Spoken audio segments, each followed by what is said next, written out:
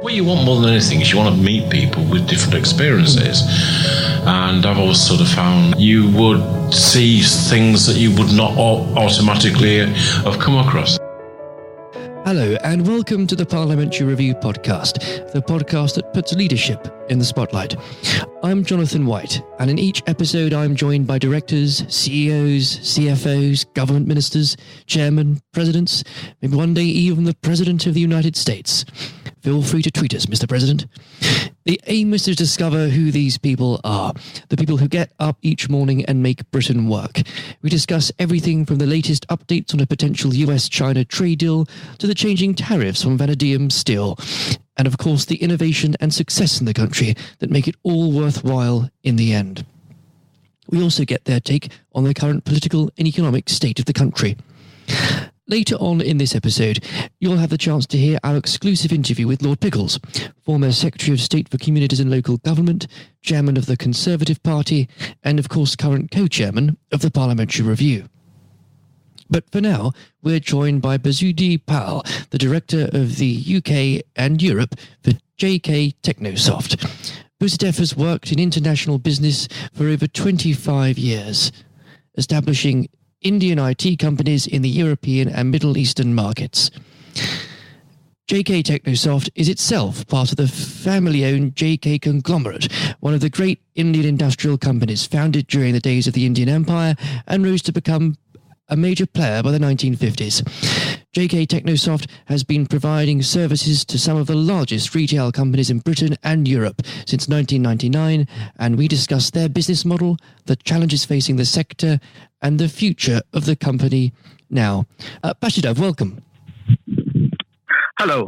Thank you so Good morning to you. And good morning as well. Thank you so much for joining us today. I know it's certainly a busy time. It's been a few months, though, since, of course, JK Technosoft has been in the review. I think it'd be a lovely place to start, Basudev, if the listeners could be caught up with what yourselves and the firm have been up to since.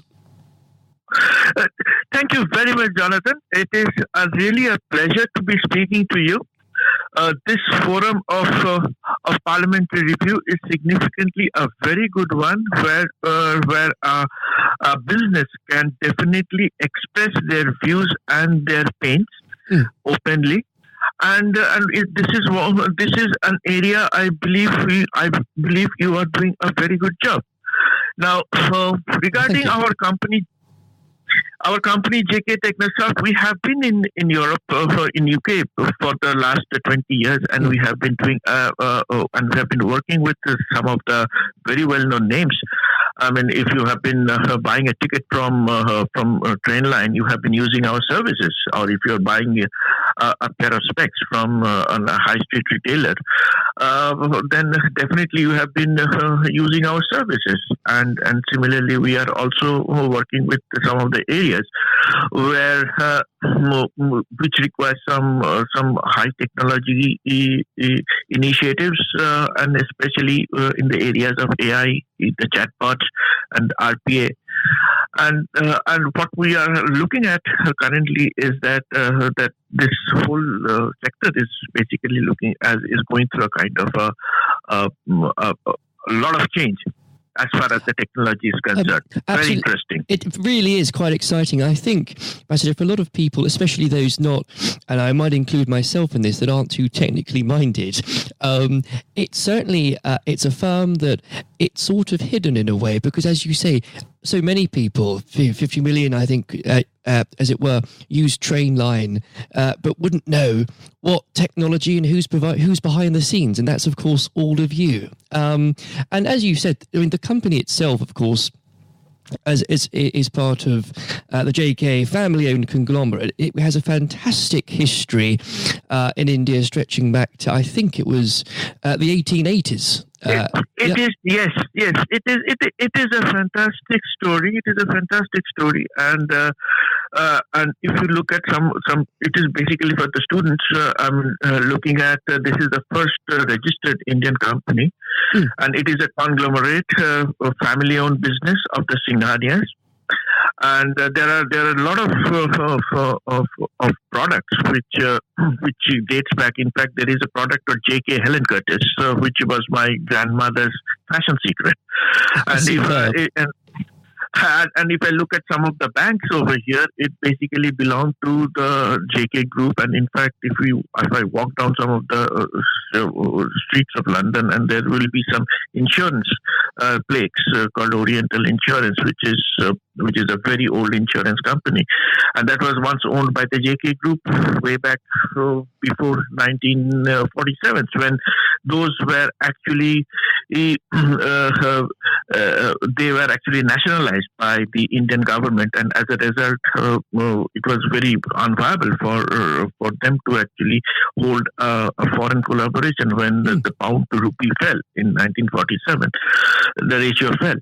So if you look at some of the history and also the family of this company has been part of the person who has actually signed the Indian Constitution as well as some of the Indian business books.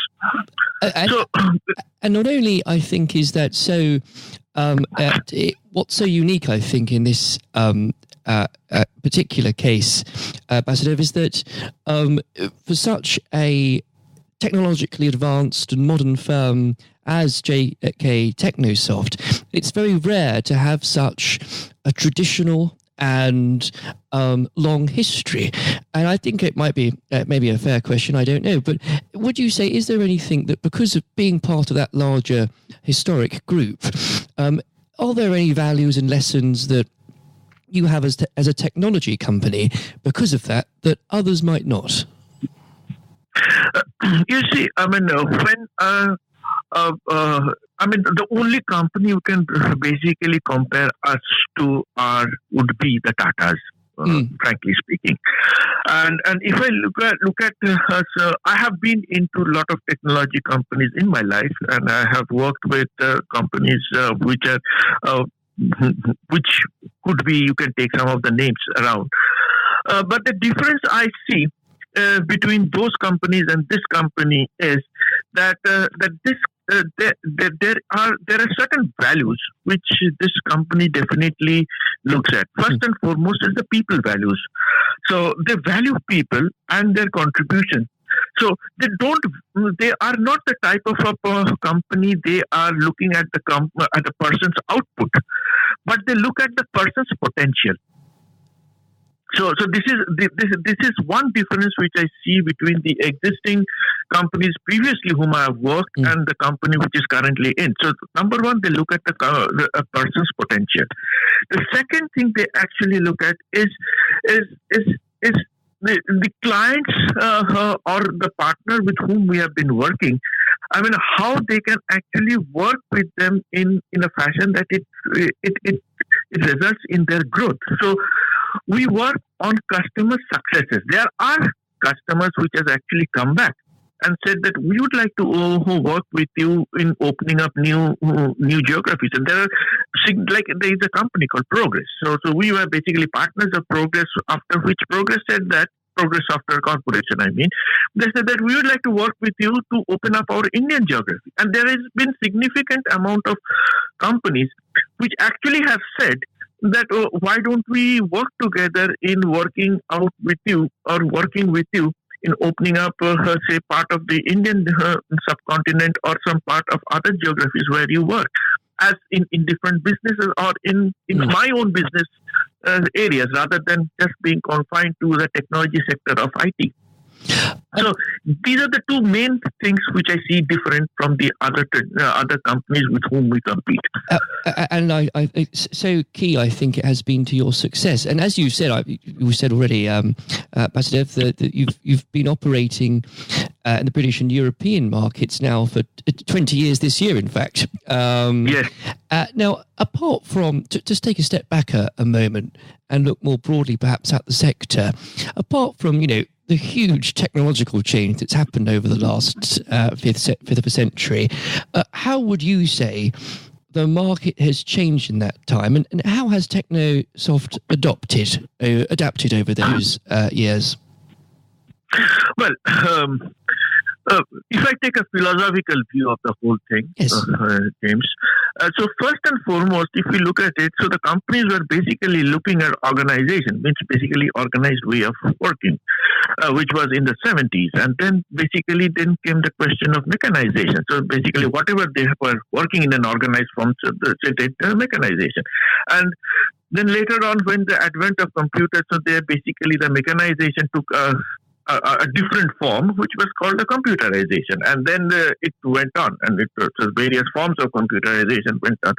So now we are in the age of automation.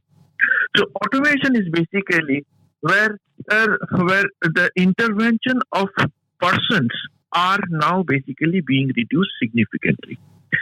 So this is where the industry is changing a lot from mechanization, computerization, and we had to and there are what you call deals like or the customer used to say that you have an outsourcing deal of maintenance or you have an outsourcing deal of a development.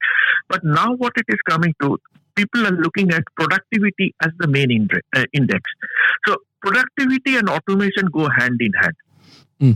Previously, yes. Oh, please go ahead, Basudev. Go ahead. Previously, most of the, you may have heard in the last decade, people were talking about business and IT alignment. Quite. Okay. So now what has happened is, now this business and IT alignment has basically become a part which is called a digital transformation. Now, what is the difference between business and IT alignment and digital transformation? Is the digital transformation is basically coming under with some matrix. So there are, if you look at the whole concept of digital transformation.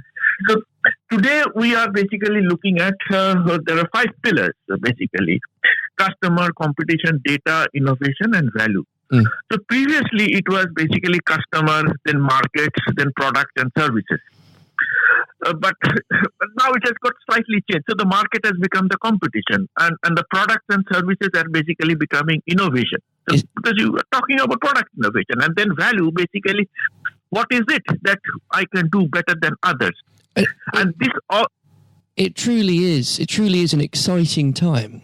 And you're quite right on that front, I think, especially in terms of being at the cutting edge, really, of these new technological challenges. And taking us, again, a broader look at the market there, where would you identify on that front, in particular, Basudev, where the main challenges will come from, not just for Technosoft, but indeed the entire market? Yeah, so the challenges that the market would actually face is the adoption of this new way of working. Because when you were looking at, so previously, if you look at in the IT segment, there were deal size of 100 million wasn't a normal thing. So people are basically going in for a £100 million deal or $150 million deals were very commonly heard of. But as you start looking at it, the deal sizes have literally become smaller. And now when you are looking at productivity, now deal sizes and other engagement values would definitely become smaller in a transactional view. But the engagement of the client with the customer would definitely take a different view. Because there is a new segment that is coming up. The new segment that is coming up, there is previously, they were all established businesses. But if you look at today, London is becoming is going to overtake the Silicon Valley in the tech startup space. And this is where there is a significant opportunity that is going to come, which will be taken up by a lot of newcomers and a lot of new players, because technology is going to play a significant role even in the IT part of it. Even IT will have a lot of technology that needs to be adopted. So these are the areas where there will be a significant amount of challenge. And the other thing is that we see is the cloud adoption. So the traditional hardware vendors are basically vanishing off. Then traditional product sellers are basically vanishing off. So services will be a key. And that way, that is where we have actually put up our Technology 4.0 initiatives in and around chatbots, the RPAs, which we were speaking about earlier, the robotics process automation, the AI-based chatbots, and then working on business intelligence. So these are the new areas where which each and every people would be looking at. Even you would be surprised to know that the first time IT users are talking of how they can use actually RPA to start off their journey. And in fact, it is coming even at an SME segment. I think, Basudev, you're only you right there, but I think a lot of people will be surprised at the speed at which this is happening. I know you specifically brought up, of course, London challenging the Silicon Valley, especially when it comes to fintech. I think just last year, well over a third of all investment, venture capital in fintech in the European Union ended up in London. And you're completely right. It is very much catching up on San Francisco and will do over the next couple of decades. And speaking, in fact, of how especially these days, especially with cloud technology, the interconnectivity of the world and markets have never been more so. Yourselves at JK Technosoft have a fantastic record, of course, of working outside of the common market, which a lot of companies may well have to get used to very soon. You've had a fantastic record of bringing brands to India. What can the government do? What would you like to see the British government do in terms of boosting trade and business links, not just with India, but with other trading partners when we leave? And probably I should say if, since it's not guaranteed, but if we leave the European Union very soon.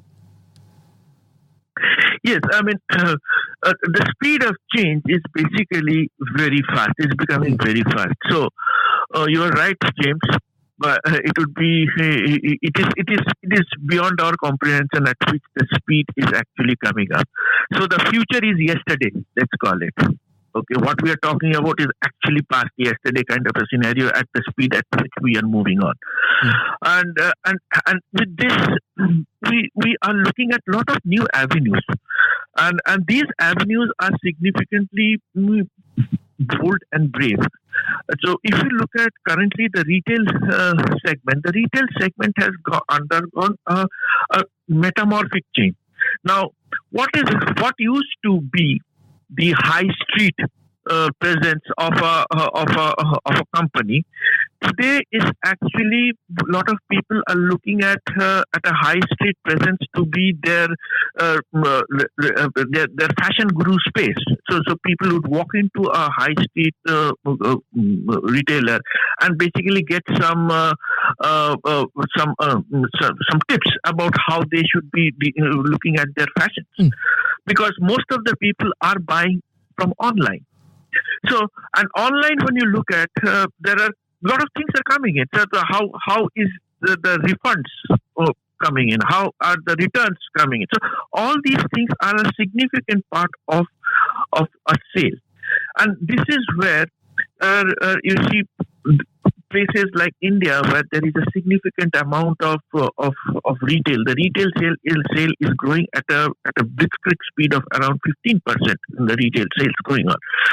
And these kind of technologies across there is basically going to be a significant way of market entry, because still today, in places like India, the shopping malls are significantly predominant. But then there is a similar scenario where the e-commerce and the retail is taking up a significant space in their business. So these are the areas which are very much a top end of the market, which is in UK, the retail technology. These are the ones that can make a significant presence felt in the emerging markets of Asia. And coming back to your question of what do you think the government can do? I mean, you see, today we are faced with a scenario of uncertainty. So the biggest uncertainty you and I is going to know, because we do not know what is going to happen. I don't think anyone knows. Yes. So the government is basically caught between what is right and what is correct. Yes. So the scenario is that the difference between right and correct, as I put it, is that suppose if you see a hungry man taking a loaf of bread stealing a loaf of bread from a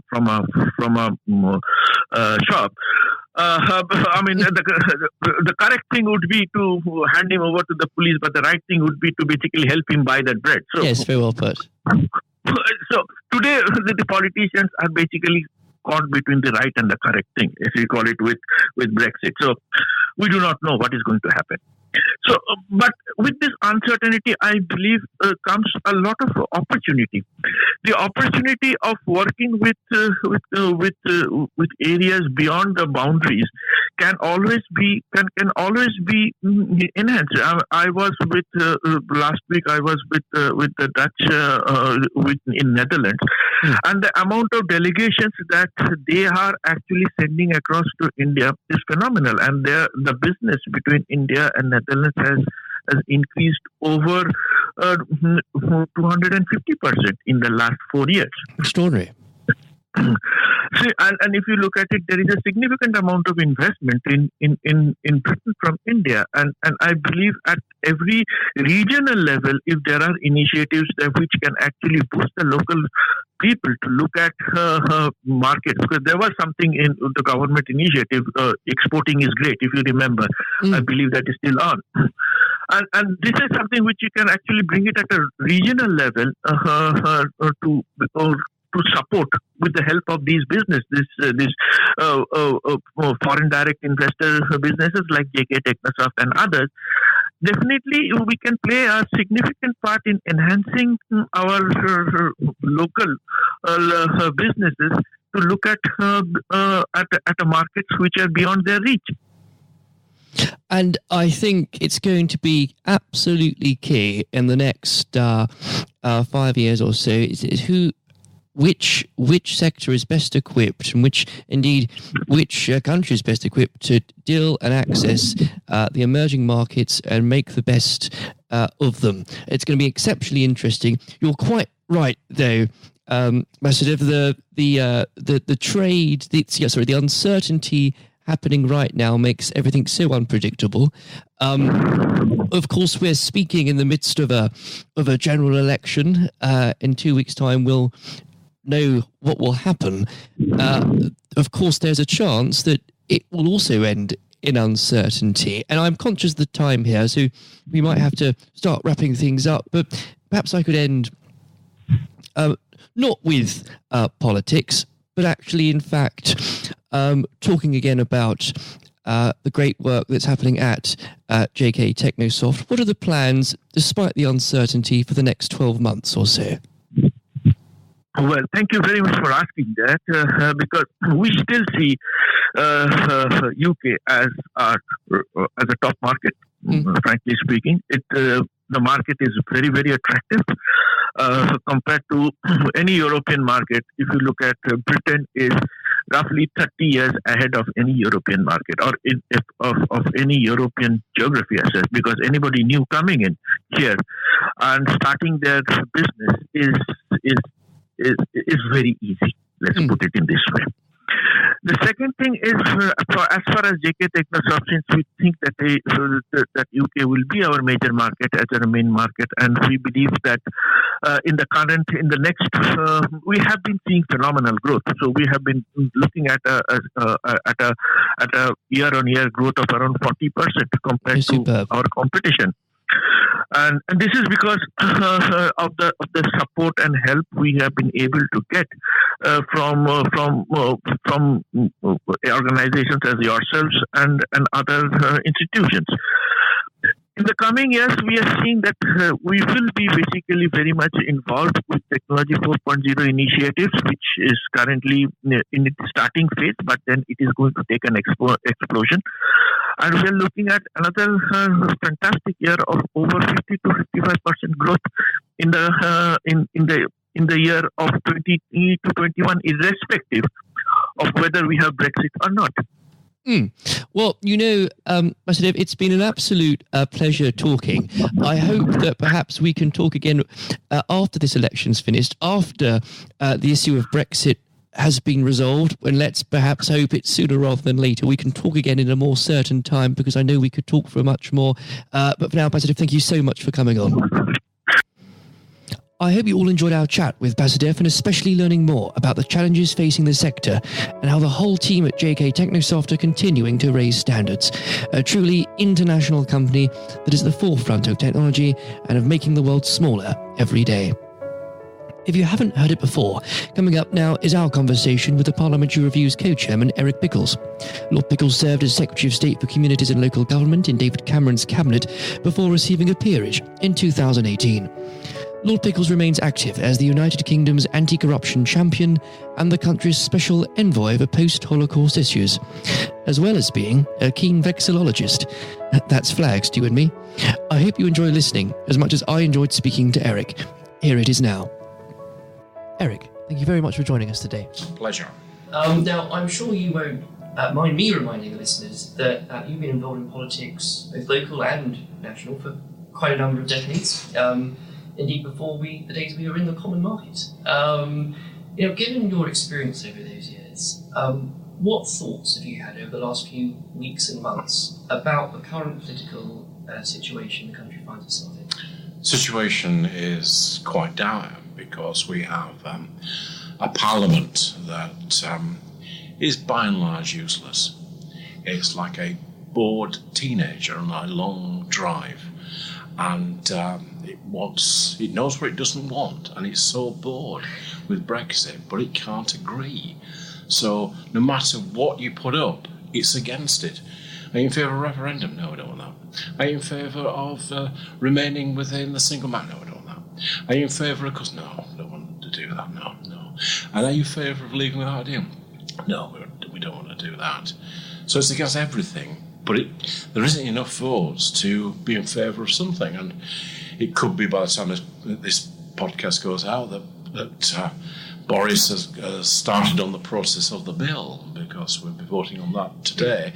But even then, what people don't seem to understand, this is not the end of Brexit. Right. This is barely opening the door of Brexit. We've got years of negotiations about trade agreements, relationships with Europe, putting down pieces of legislation. We get our agriculture, our fisheries, our financial services into place. Brexit is going to go on and on and on and on. I'm sure we are.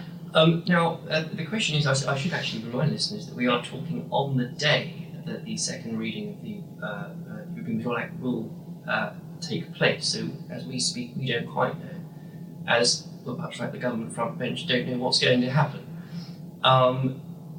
You compare Parliament to a petulant teenager. What do you do to a petulant teenager to sort it out?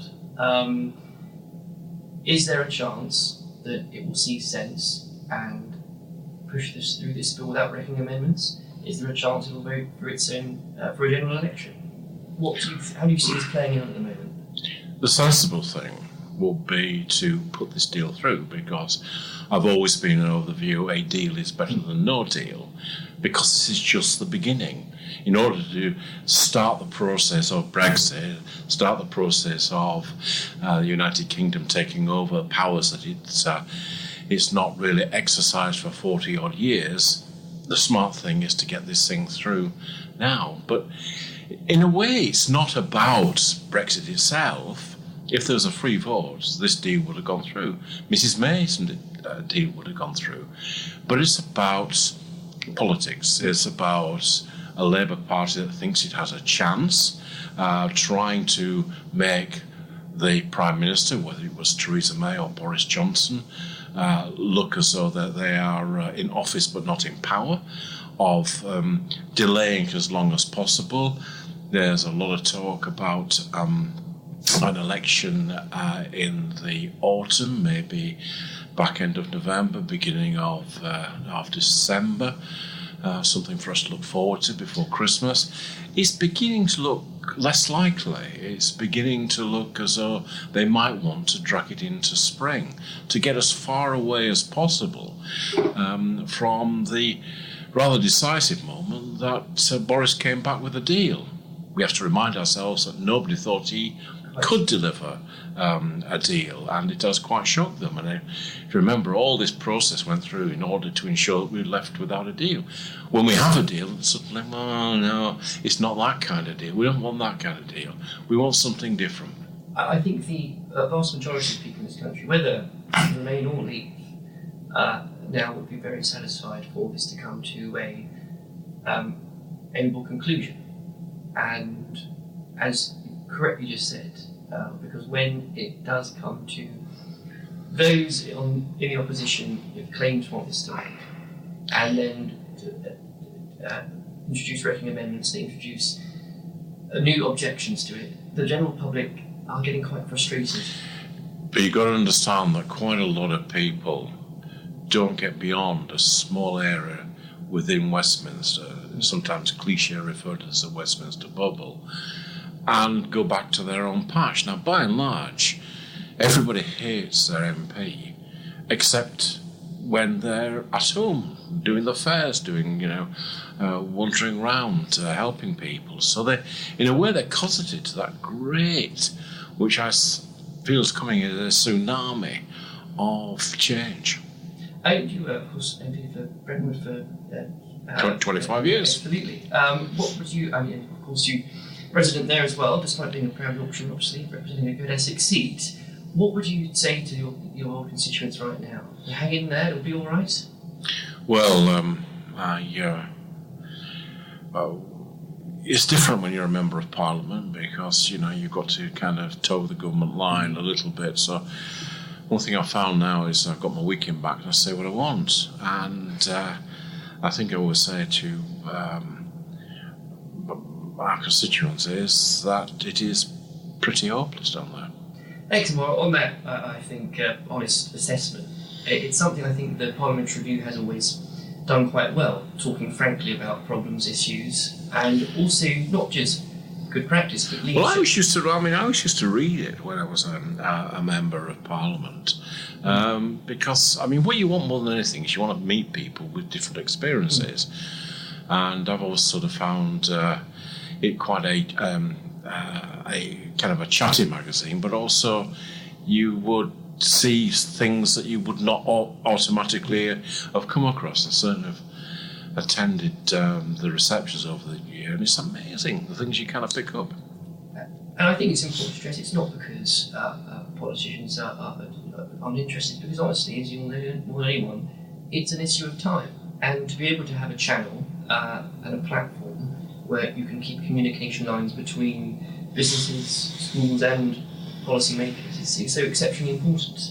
I think so, and it's important that it's beholden to nobody. People,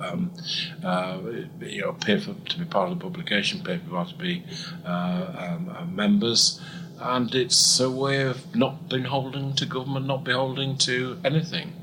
Echoing the words, of course, your fellow Chairman Lord Blunkett has said, what some might not know is that you started your political journey perhaps even further left than David Blunkett. Oh, absolutely, I was a communist. Now, what was it? At the age of 14, I was bought the Trotsky's History of the Russian Revolution, and I read it from cover to cover.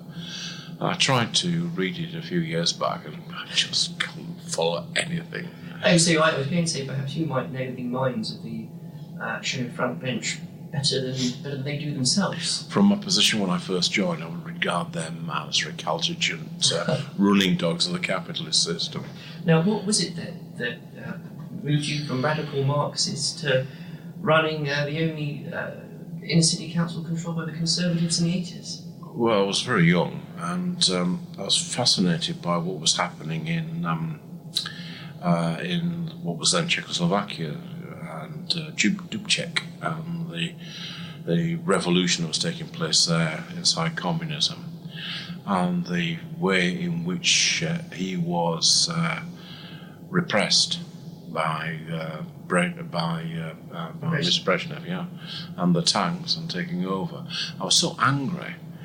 And I'm 16, remember. I'm really angry. And I thought, what's the most outrageous thing I can do? I will join the Conservative Party as a protest.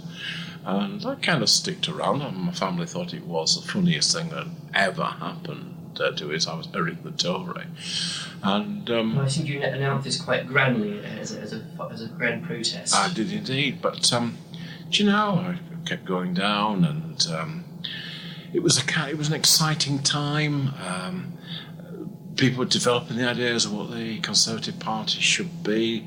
Selsdon man, even Heath looked radical. We had different ideas, and it eventually clicked. And at some point, I became a Conservative, and that was 51 years ago. I think I'm definitely 100% a Tory now. Through and through. Through and through. Although I do know the story. Most people might guess that a diable Conservative like yourself would have perhaps a portrait of Mr. Thatcher or Mr. Churchill in their office. But who is it that you have? I'd Che Guevara. Which I always had him over my left shoulder for visitors, and they always used to you see their eyes going up and thinking, who, I can't possibly be it. Someone asked me if it was Desi Arnaz. I thought it was married to Lucille Ball. But no, the reason I did that was to remind me and to remind my officials that without constant vigilance, the cigar-chomping commies would take over. I'm sure David Bunk was in the room to reply to that, actually. But in that long journey, you eventually ended up, of course, in 2010, doing something most Conservatives would never thought they would have to do, but in a coalition government with of all people, the Liberal Democrats. That's right. Now, something I think perhaps today more than ever, people and our politics seems to be almost wholly determined on how we voted in a referendum 3 years ago. Yeah, I mean, the most normal thing would happen after something like that would be the country would come together, and if anything, we're more divided. I mean, I thought working in the coalition, I'm proud to have been part of that coalition. I'm proud to have worked alongside the Liberal Democrats, who I think realised that, like all minority partners in a coalition, they would suffer at the polls. Do you think we've lost the ability recently as a people to work with those that we might disagree with on issues more than we used to? I'm not sure that's right. I mean, you can see various members of the Conservative Party working closely with Liberal Democrats and Labour to defeat their own government, but it's not a thing I think I would want to encourage. Quite. And I should remind listeners, we are recording this in Victoria, just over the road at Cardinal Place, a fantastically new development site which wouldn't have been there without some of your legislation. What was the proudest? I personally approved it. Absolutely. What was the proudest moment, do you think, in serving Secretary for 5 years? It's my actual proudest moment. We did a thing called Troubled Families, which was the first centre-right attempt to deal with poverty and to deal with difficult families that were causing a disproportionately large amount of call upon the state, and it was on the basis of tough love. It's on the basis of getting people into jobs. It was about dealing with the kind of the family as a whole, not just one or two individuals that were having a problem.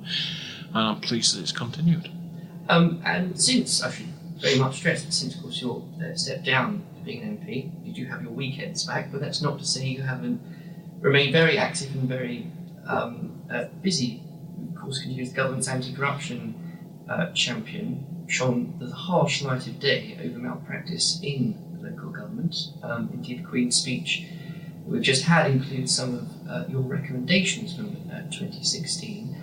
I think a couple of things on that. First of all, are you surprised I may imagine you may not be, at some of the backlash towards, in this country, introducing voter ID for voting? It is absurd, and it's particularly absurd coming from the Labour Party, because it was largely Labour's vulnerability that got my interest in trying to do something about it.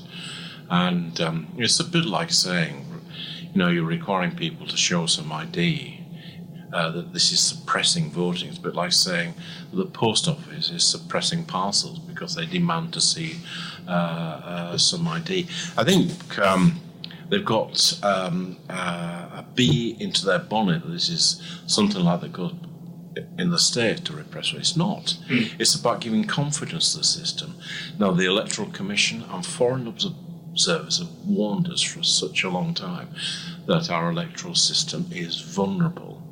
And it's to misquote John Major, we are really sort of old maids cycling to evensong and warband. Yeah, it's such a basic thing. It's an important thing. And it was kind of interesting in some of the trials. They did a focus group with a bunch of young Asian girls. And they said they thought the process of a photo ID would actually give them a greater confidence in the fairness of the system. I make all kinds of recommendations to stop postal vote harvesting, to stop various fraud taking place, to stop intimidation at counts, to stop intimidation outside polling stations. I think you referenced it earlier, the Westminster bubble. A lot of the places where this occurs and the places where this does go on are places where perhaps many members, many people in the press don't usually go to. No, they don't. We saw a YouGov poll that said the overwhelming majority, well in the 60%, thought this idea was sensible. Yeah, and I imagine you're quite proud that recommendation is in the speech. Yes, I'm a bit frustrated they didn't do it sooner, but nevertheless I'm very happy that they are doing it. It's as if the government's time has been taken up by something else and we've not focused on anything domestic. Absolutely. But with a man, though, with his roots in local government, do you think, and how much you've worked with that report, especially looking at them carefully, how would you rate our current state of local municipal politics? Local government's very good. Local government, don't get me wrong, it's by and large corruption-free, and it does a remarkably good job. And it was, in truth, my worries about local government and that these measures were brought in. I don't believe the fraud is big enough to be able to take a parliamentary seat, but it is big enough to take a council. And if you are negligent, uncaring about the probity of the poll, you're likely to be equally negligent about the awarding of contracts to your friends. So it's all past that. But local government is a very enduring part of our constitution. I got a bit stick because we had to take some money from them, but by and large they survive very well. Excellent. Now, beyond obviously that work, you're also, of course, the British envoy for post-Holocaust issues. Yeah, sure. Very dear to your heart. I know you've done some fantastic work recently, including with obviously former Shadow Chancellor from the Review, Ed Balls. Would you mind, if you could just let the listeners know what projects you are working with that and really the importance that has to so many communities around the country? Well, I used to be very unpleasant about Ed Ball, and he used to be very unpleasant about me. But I found working with him remarkably easy, and we've not had a single row in 2 years, and by now we're beginning to be able to finish each other's sentences. We're building a memorial to the Holocaust next to Parliament with a learning centre below it, and the reason why the Prime Minister chose that site is that it was David Cameron, and he wanted to ensure that when people left the memorial, they would look and see Parliament and recognise that it was the last bastion against tyranny. But more important, to remind people who work in Parliament that that the legislature has a choice. It can either protect its citizens or it can oppress its citizens. And we do know that that it was a compliant legislature that brought in the Nuremberg laws. And at a time when there are parts of Europe that are seeking to rewrite their history and seeking to see themselves as only the victims of the Nazis, I'm determined that we should tell the truth in an unblinking way. We are, I suppose, at a critical crossroads when the last survivor is likely to be no longer with us within the next decade and a half. And at that point, we do know that history starts to be reassessed. I think it was Simon Sharma that talked about this. And he was referring to the French Revolution. And of course, most of the books written in the 1850s are the ones that have shaped our view of the French Revolution. But the difference is this, that slightly over 100 years ago, my grandfather Edgar grabbed hold of his Lee Enfield and walked out of a trench in the Somme and walked towards the Germans. And within a few minutes, most of the people he'd been brought up with, most of his friends were dead. Nobody doubts that he did that. But there's a whole industry out there that doubts that the Holocaust took place. So that's why it's important that we help frame that narrative. And you reference as well, it's so important, especially at this time of history, 7 years afterwards, that young people in schools get the correct education about it. How do we compare as a country in doing that compared to some of our European friends?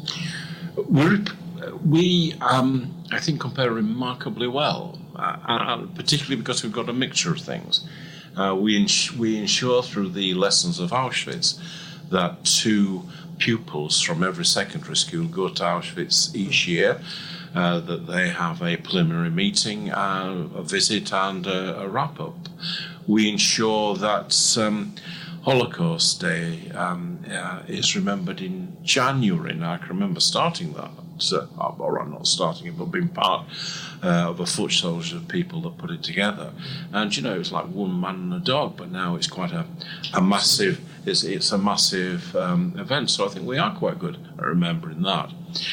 I think where we perhaps do need to have a wider understanding is beyond the death camps. And we need to kind of understand the Einsatzgruppen, which was the roving murder squads, how important they were. You were more likely to have been shot in a ditch than to end up in a death camp. The hinterland of that is Lithuania, where I was last week talking to colleagues, and through Belarus and the Ukraine. And it's really important that we ensure that we register where those death sites are. And I think certainly, and I'm going to sit down next to speak, which hopefully won't be too long away. I think we'd be very happy to keep updates on how that project is going, because it's so important and people do need to be aware of it. Looking to the future, though, I imagine you were actually very content and happy. The former Prime Minister, friend and colleague David Cameron just released his book, and you're quite unscathed from it. He was very nice about it.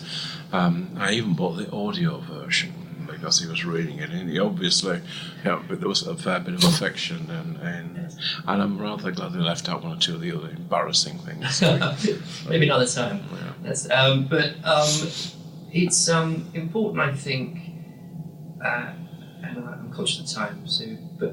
I think it's important that today people have become so perhaps caught up in what's happening in this country regarding Brexit. Looking to the future, what would you say that it's a positive thing that this country has to look forward to? Well, we're a large trading nation. We're a large economy. We're a liberal democracy, and it would be good to get through Brexit over the coming years. And it would be good to start to look at some of the social issues that we need to tackle. Those have been left behind by our economic progress, and it would be good to see some solid investment in this country, both in terms of its infrastructure but also in terms of the way it operates as a democracy. And I know this is going to be a huge focus of the next review. Lord Pickles, thank you very much for joining us. Thank you. As always, it's been a pleasure interviewing and learning from our guests. I hope you all enjoyed listening. Until next time, I'm off to the Admiralty to raise a glass to raising standards. Goodbye.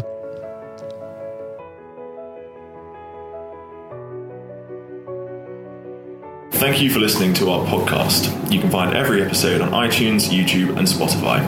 The views expressed by each guest in the podcast are their own. They do not represent the opinions of the Parliamentary Review, Westminster Publications, Lord Pickles, Lord Blunkett, David Curry, or any other guest on the podcast. If you'd like to know more about the Parliamentary Review, please visit www.theparliamentaryreview.co.uk.